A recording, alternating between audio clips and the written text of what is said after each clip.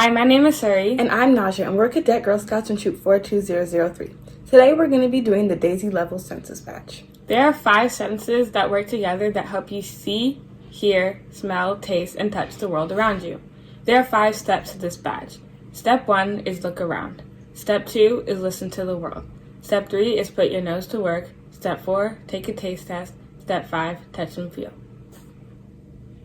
The purpose of this badge is that you will know how to use your 5 senses to the world. Step 1 is look around. There are 3 choices that you can do for this step, but the one that we chose to do is Kim's Game. This is a fun game that you can play with your friends, and it tests how quick your eyes can work. For this game, you're going to need a cloth, 10 items from around your house, and a table.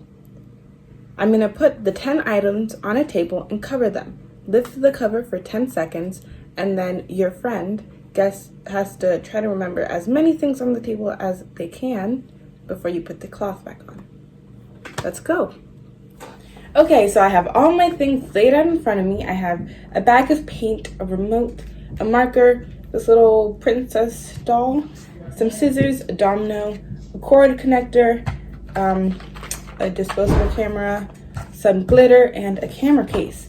And this took me like 20 seconds to find all these things. Super easy. And then I have my blanket right here. So I'm just going to cover these all up. And now you can't see what's underneath it. And we call Suri back now. All right, so we have all of our things nicely covered. And Suri is now back with us. She's going to lift it up for 5 to 10 seconds, and she's going to remember as many things as she can while the blanket is up. Okay, and 3, 2, 1, go. 1, 2, 3.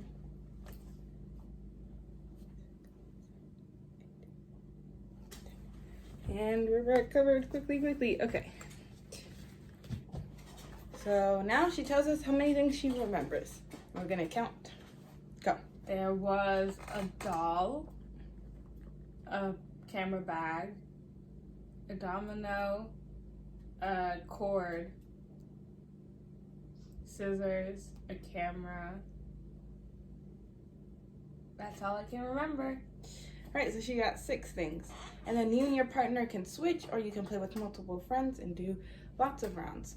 But for the purposes of this video, we're only gonna do 1 round. So let's go on to our next step.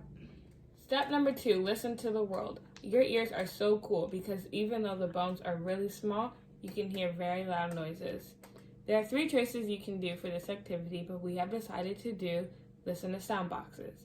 For this activity, you're going to need an empty container with a lid, a few objects such as coin or a spoonful of rice, a blindfold, and a friend. I'm going to blindfold Naja and put some objects in this container. Then I will shake the container in her ear to see if she can guess what is making the sound. You can do this 3 times with different objects and then switch places. Okay, Naja's gone, and the things I had decided to put in the container are some batteries. So I'm just going to close it up and tell Naja to come back. Okay, I got Naja back, but we couldn't find a blindfold, so she's just going to close her eyes. But if you guys want, you guys can get a blindfold. Okay, ready? Okay.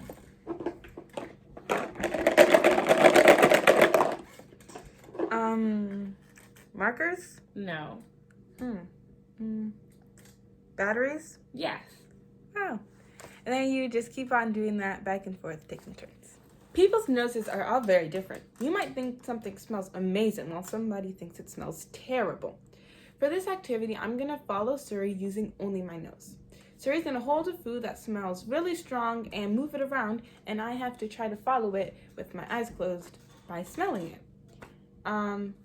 Be very careful being blindfolded and moving around. Right now, we're just going to stay stationary, and I'm just going to move my head. But if you do want to actually stand up and walk, make sure you have a grown-up with you.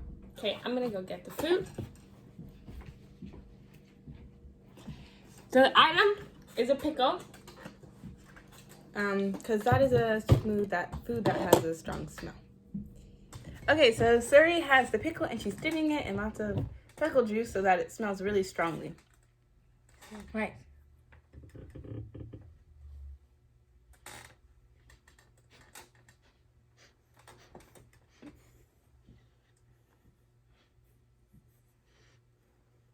All right, I'm sure I look pretty crazy doing that, but yeah, you just keep on doing that and you can take turns. Okay, something that you may not know is that your eyes and mouth work together to decide how something's gonna taste. If you see something and it looks gross, you're gonna think it tastes gross. And if you see something that looks amazing, you're gonna think it tastes amazing. So we're gonna try to put this to the test. Here I have a cup of normal white milk. And here I have a normal cup of normal milk. But I put some food dye in it so it looks blue, or it is blue. But they're gonna taste exactly the same because they're the same thing. Look. They taste the same. I know that this one is normal milk, so I'm gonna think it tastes like normal milk. But let's say I bring Suri back down here and I tell her that these are both milk. She's gonna wonder what happened to this one and why she should taste it. So let's try it. Suri is now back with me and I'm going to try it out. Here are 2 cups of milk. Please tell me which one tastes better to you. Let's see what she thinks.